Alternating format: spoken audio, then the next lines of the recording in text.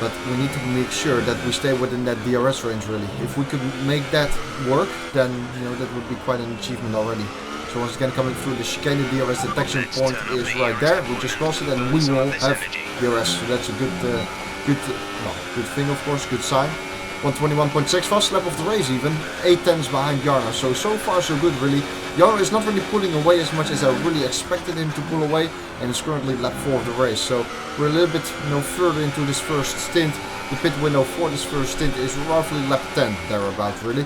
And we skipped to roughly the end of lap 6, and funnily enough we're still able to keep up with Jarno, and actually I did not expect it at all, and I honestly could see that Jarno was going to struggle on his tires. You could really visually see that we had more grip at our disposal than Jarno, especially our rear end is very solid at this point, so I can plant the power down quite nicely, and we will have DRS then, and let's see whether we're already able to go for an overtake. Who knows? The gap down the start finish straight there is 4 tenths of a second, just over it.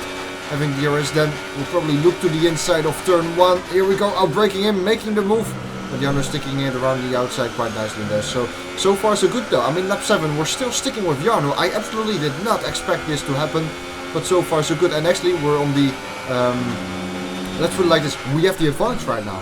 We have the advantage. I could see that Jarno was not having as much grip coming from those tires as we have. And actually this track is quite an interesting track in terms of tires, because usually the rears, they overheat. At this track, the rears, they overheat, but the fronts overheat as well, which is quite interesting. At least that was what was the case for me. But actually, it was good that the fronts were overheating, because if it was only the rears which were overheating, we would have a lot of oversteer. But because the fronts are overheating as well, it means the car is actually nicely in balance, And Jarno making a bit of a mistake here. I did not expect that. We had DRS there down that short straight. And I was like, okay, I'll just go for a little bit of a look. I wasn't going to go for a move. I just wanted to have a little bit of a look on the inside of Jarno and see whether it caught him off. And actually it did caught him off. So that's not really what I expected. And we're really close in the skid box. And Jarno actually pits. Lap 7 of the race. That is early. That's a very early pit stop. We still have DRS of course, and now we're being unleashed. We did a 123.1 that time round. So that was behind Jarno. And as soon as we're in clean air, so that's of course right now, the pace increased. So Jarno really not too good on his tires there. This is exactly what made us stay within this DRS range of him. So now we need to respond. I mean, we're probably gonna go until lap 10 thereabout, roughly thereabout, because I want to stick to my own plan. I don't want to really respond to Jarno. I want to stick to my own plan. There we see 122.6, so that's still a relatively good pace really, as our teammate pitted previous lap, and it is currently lap 10. So the pit window is open. That means that we'll be responding most likely to our teammate this lap already. Probably burning up a little bit of fuel, probably burning up a little bit of ERS in an attempt to stay ahead of our teammate.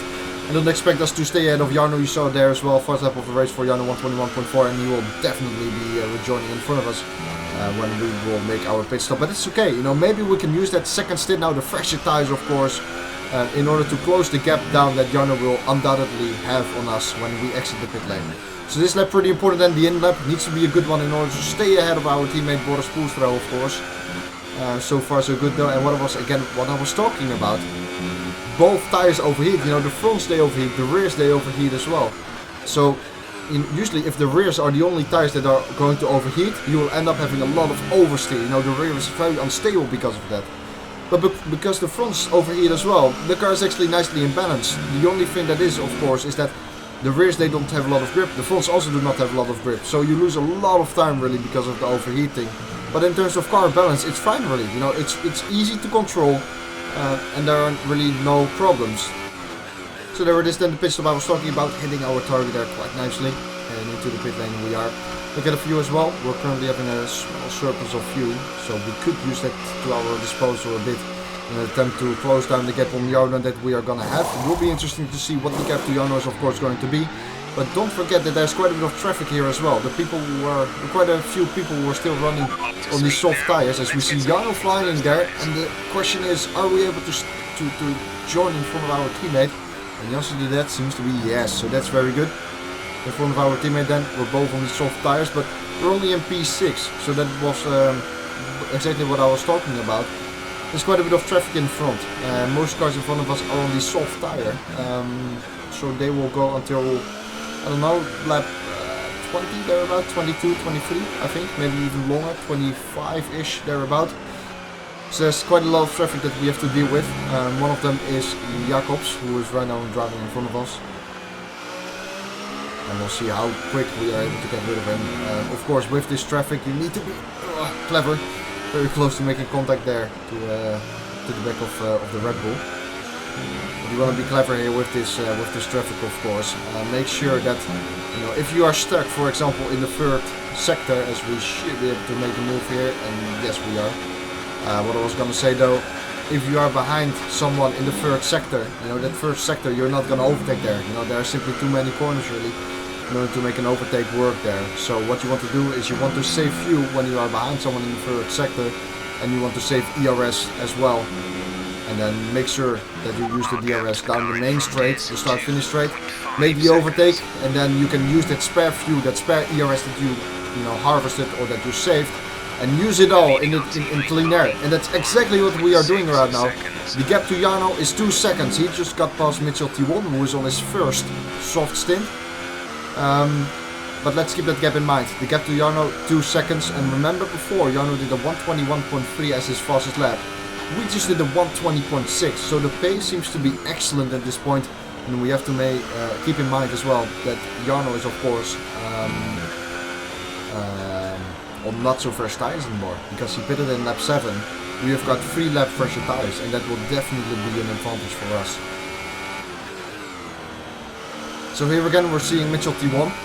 I know right now that the gap is roughly 1.4, I think that is. I think it is roughly 1.4. We need to make sure that that gap is under a second as we go. It's now 1.1 actually, so that's good. We need to make sure that that gap is under a second, so that we can use the DRS down the main straight. I don't want to get stuck really behind Mitchell T1 for another lap here, so I don't want to get stuck the next lap. So ideally, we make the move down the straight. So we're pushing here quite hard. Mitchell T1, you see him going deep into this chicane a little bit. That means that we are right on his tail, and we should be able to make that move. Then press the wrong button there. You can see it brought up the menu. But whatever. Into overtake mode, into rich mixture mode, and making the move quite nicely. This is exactly what we wanted. Got past him, and that means that we have clean air right now, and we won't get held up anymore by the Mitchell T1 there. So let's see, then gap before 2 seconds, and it is now 1.8, so that's good. 2 tenths gained. And now you can see it as well.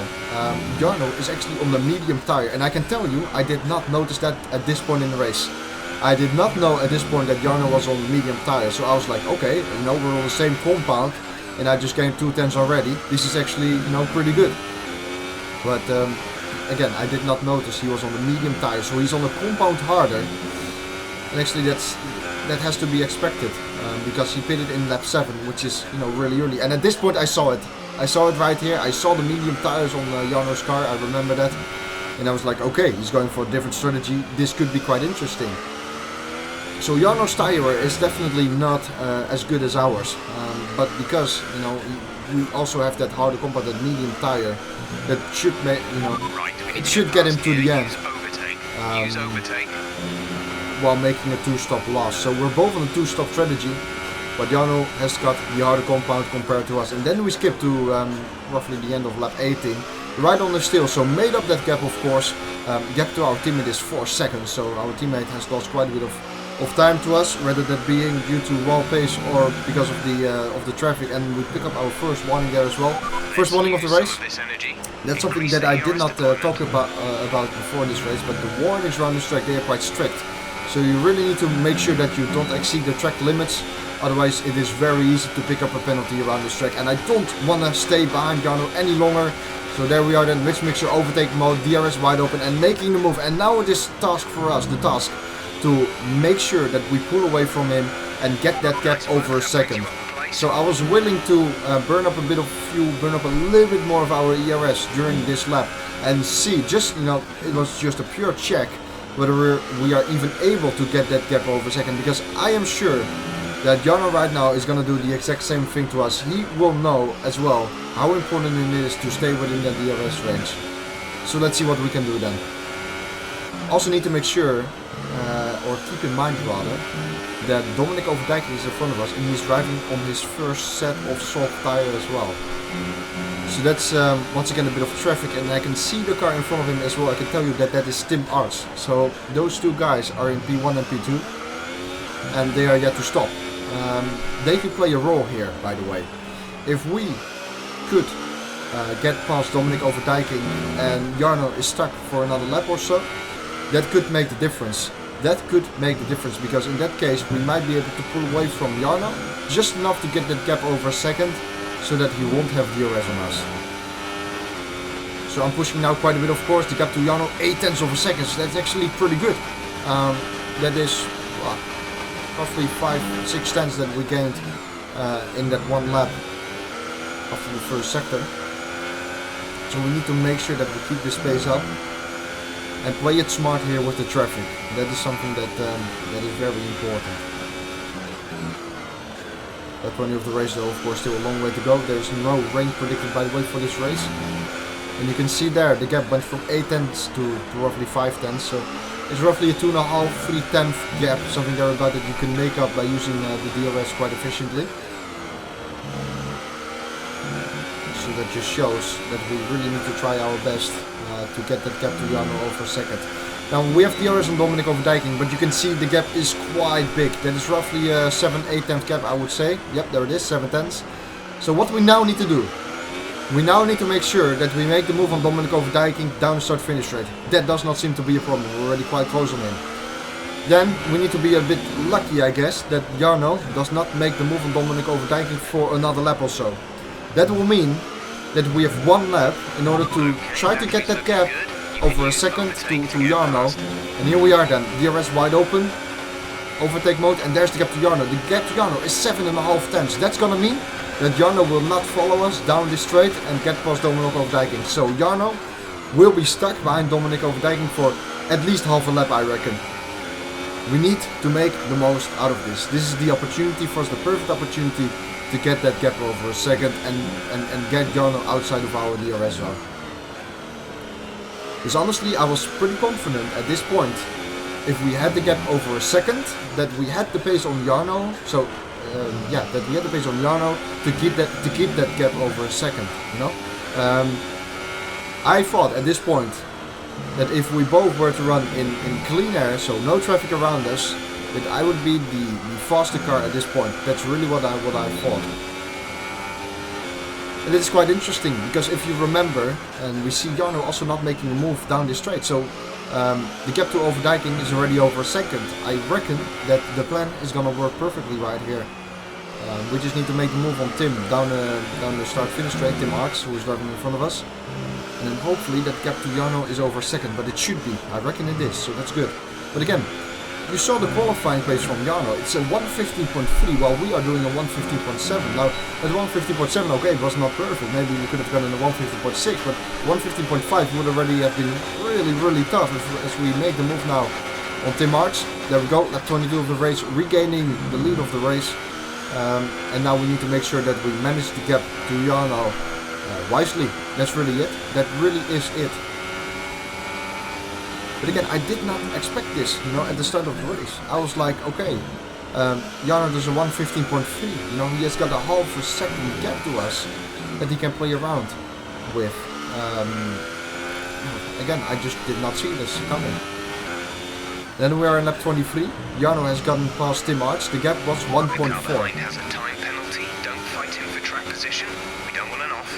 And then we got that message that Jarno has a time penalty behind us, which was extremely good news. We really can control this race. Now it's 1 second to the car behind. Next lap it is 1.1. Lap after that it is 9 tenths. So now Jarno is within our DRS range. And you see it here in lap 28, the gap is down to 6 tenths of a second. And I honestly have got to give massive compliments to Jarno, because this was again something I did not see coming. I really thought that I would have the pace, and I thought that I really could control the gap and keep it over a second. But Jarno, even, you know, despite him being on the medium tire, he was very rapid. But what I was keeping in the back of my mind, of course, is that 3-second time penalty that Jarno has got. And we, at this point, only have picked up one warning. So we need to play it smart with track limits. And then there's a car in front of us. And it's an AI car. And look what happens.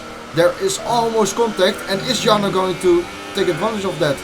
Luckily, not. It does not look like it. Now, usually those kind of cars, they start ghosting and you can drive through them without a problem. But that car from Don Wijnands was not ghosting. And I believe, if I'm not mistaken, Don Wijnands thought that he was not fast enough in this race.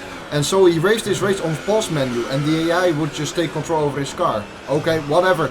And then lap 32 of the race in the chicane. What the hell has happened there? Well, I can tell you what has happened. The steering became stuck. And if you remember Bahrain, as we are losing places, if you remember Bahrain, you know what happened there. Everything became stuck. The pedals became stuck, so the throttle became stuck, and the wheel became stuck. And I said that I fixed that problem. Indeed, I fixed that problem. Never ever had again problems with it. And then you see it here, at random moments, the wheel would become stuck. And it is not the same issue as Bahrain. It's a completely different thing. It has nothing to do with the issue that we had at Bahrain. I think this is mainly unlucky because it's a different issue. At that point, the steering would freeze, but the pedals, they would still be working. So the steering wheel, it would freeze, but I could still give throttle or brake inputs. But of course, you know, I can't turn the wheel. And again, something so stupid is going to cost us a good result, because we're currently being bumped down back into P3, and I was absolutely furious, absolutely livid when it happened. And then lap 37 of the race, exactly at the bad part of the track, there it is, a face full of barrier, the wheel again becomes stuck, and we are retired from this race. And I was livid. I was really furious, and even when I see it now, you know, it doesn't make me angry, of course, anymore, but this is tough, really, to talk about. I don't know what it is, but this is something that is really tough for me to talk about, because the race went so well. And again, I said it before, Baku, Spain and Monaco, they are three very important races in the season. And I have one DNF now behind my name. Actually, this is the second name of the second DNF of the season. But one of those three races is now a DNF. Well, we were battling for the win. I think it's fair to say that a second place was definitely on the card. And if not, you know, we perhaps could have gotten the first place there, even though Jarno had excellent place on his medium, of course. But then again, to have this happening, I don't know really what I should say. It is not the same issue from Bahrain, it is a different issue. It has to do with the wheel, and I suspect it is a cable fault. Now, I have this wheel since January 2016, I believe, something thereabout. Never had this issue. I think the cable was just old, and some kind of, you know, the cable was old and the data was not being transmitted anymore from the wheel to the wheel to the PlayStation. I think that's what happened. I already ordered a new cable exactly, I don't know, 1 hour of the race already. Hopefully that issue is now gone as well. But, you know, it had to happen, you know, during the race. I mean, we put up quite a few hours in Baku. And in this race, of course, preparing for this race, and not a single issue. And then suddenly, of course, in the race, you know, it has to appear. What can I do? What can I say? I always hated to put things down to luck or not, or, you know, luck or unlucky. But I think in this case it is quite fair to say that it was a bit unlucky. And to end up with the DNF in this style is sore, very sore. And for some reason I always feel like I need to give an apology to you as a viewer, because, you know, I've taken away the possibility of an excellent race or of an excellent result, and I always feel I always feel some kind of a little bit of a support during the series. You know, people start commenting, people start to, you know, be engaged really in the series, and then you want to give something back, you know, to your audience. And to end up then in the barrier, is of course not what you want. And honestly, that is quite tough, to be honest. But okay, you know, you have to deal with it. I replaced the cable. Next race, Monaco, we just have to be there again. But to have 2 DNFs behind our names here, yeah, it sucks, really. Anyway, you know, I don't really know what to say anymore. I'll just cut off this video here. I do want to thank you all again for the lovely comments on the last video at Baku. I really was hoping that we could pull off something similar to Baku. I mean, we have got good race pace really. The qualifying pace, I mean, it's still half a second. But I don't care about the qualifying pace, you know. If the race pace is strong, that's the most important thing. If we can challenge in the race for the victory, that's the most important thing.